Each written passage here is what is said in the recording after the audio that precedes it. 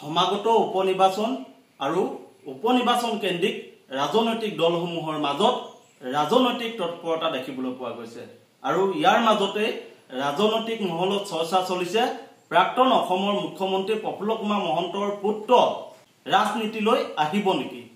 হয়, সমাগত উপনিৰ্বাচনৰ সময়তে পুনৰ ৰাজনীতিত অভিভাৱ ঘটিছে প্ৰাক্তন অসমৰ মুখ্যমন্ত্ৰী প্ৰফুল্ল কুমাৰ মহন্ত। সচেতন মহলত চৰ্চা চলিছে প্ৰাক্তন মুখ্যমন্ত্ৰীগৰাকীৰ পুত্ৰ ৰাজনীতিলৈ আহিব নেকি। আজি কিছুদিনৰ আগতে লোকসভাৰ সাংসদ ৰকিবুল হুছেইন ডাঙৰীয়াই প্ৰাক্তন মুখ্যমন্ত্ৰীগৰাকীৰ ঘৰত উপস্থিত হৈ তেখেতৰ স্বাস্থ্য বুজ লয় আৰু সংবাদ মাধ্যমৰ সন্মুখত কয় যে এয়া একান্ত ব্যক্তিগত কোনো ৰাজনৈতিক উদ্দেশ্য নাই। বৰ্তমান প্ৰাক্তন মুখ্যমন্ত্ৰীগৰাকী অসুস্থ, গতিকে ব্যক্তিগত কাৰণত তেখেতক আমি স্বাস্থ্য বুজ লবলৈ আহিছো, ইয়াত কোনো ৰাজনৈতিক উদ্দেশ্য নাই বুলি সাংসদগৰাকীয়ে উল্লেখ কৰে।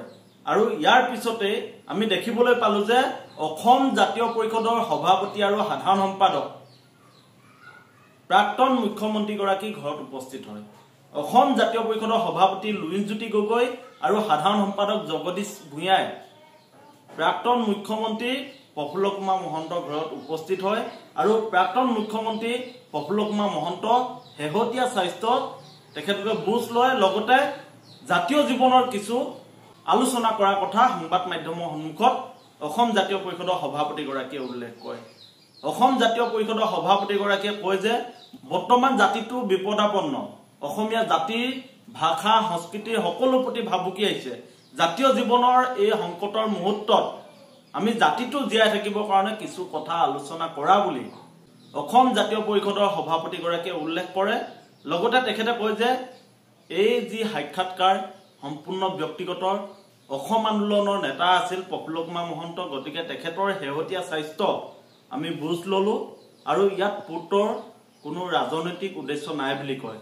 তাৰ পিছতো সচেতন মহলৰ মাজত চৰ্চা চলিছে যে প্ৰাক্তন মুখ্যমন্ত্ৰী প্ৰফুল্ল কুমাৰ মহন্তৰ ডাঙৰীয়াৰ পুত্ৰ ৰাজনীতিলৈ আহিব নেকি, যিহেতু সমাগত উপনিৰ্বাচন আৰু উপনিৰ্বাচনত প্ৰাক্তন মুখ্যমন্ত্ৰীগৰাকীৰ পুত্ৰই অংশগ্ৰহণ কৰিব নেকি। এই প্ৰশ্ন এতিয়া এইটো কাৰণে উত্থাপন হৈছে যিহেতু অসম গণ পৰিষদত প্ৰাক্তন মুখ্যমন্ত্ৰীগৰাকী এতিয়া এলাগী হৈ পৰিছে। তেখেতক যি ধৰণে ৰাজনৈতিকভাৱে গুৰুত্ব দিব লাগে সেই গুৰুত্ব প্ৰদান নকৰাৰ বাতৰি আহিছে।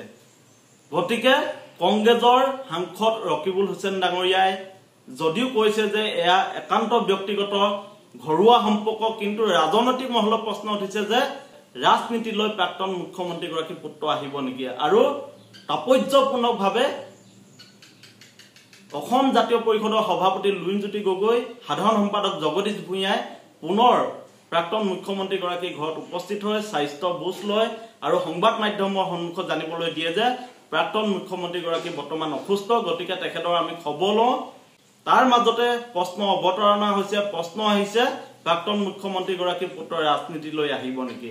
আপোনালোকে আমাক জনাব প্ৰাক্তন মুখ্যমন্ত্ৰীগৰাকীৰ পুত্ৰ ৰাজনীতিত আহিলে ভাল হয় নেকি, অসম জাতীয় পৰিষদত যোগদান কৰিব নেকি, আপোনালোকে কি ভাবে, নে কংগ্ৰেছলৈ যাব। এই কথাখিনি প্ৰশ্ন হৈ আছে, প্ৰশ্ন অৱতাৰণা হৈছে, সচেতন মহলত চৰ্চা চলিছে।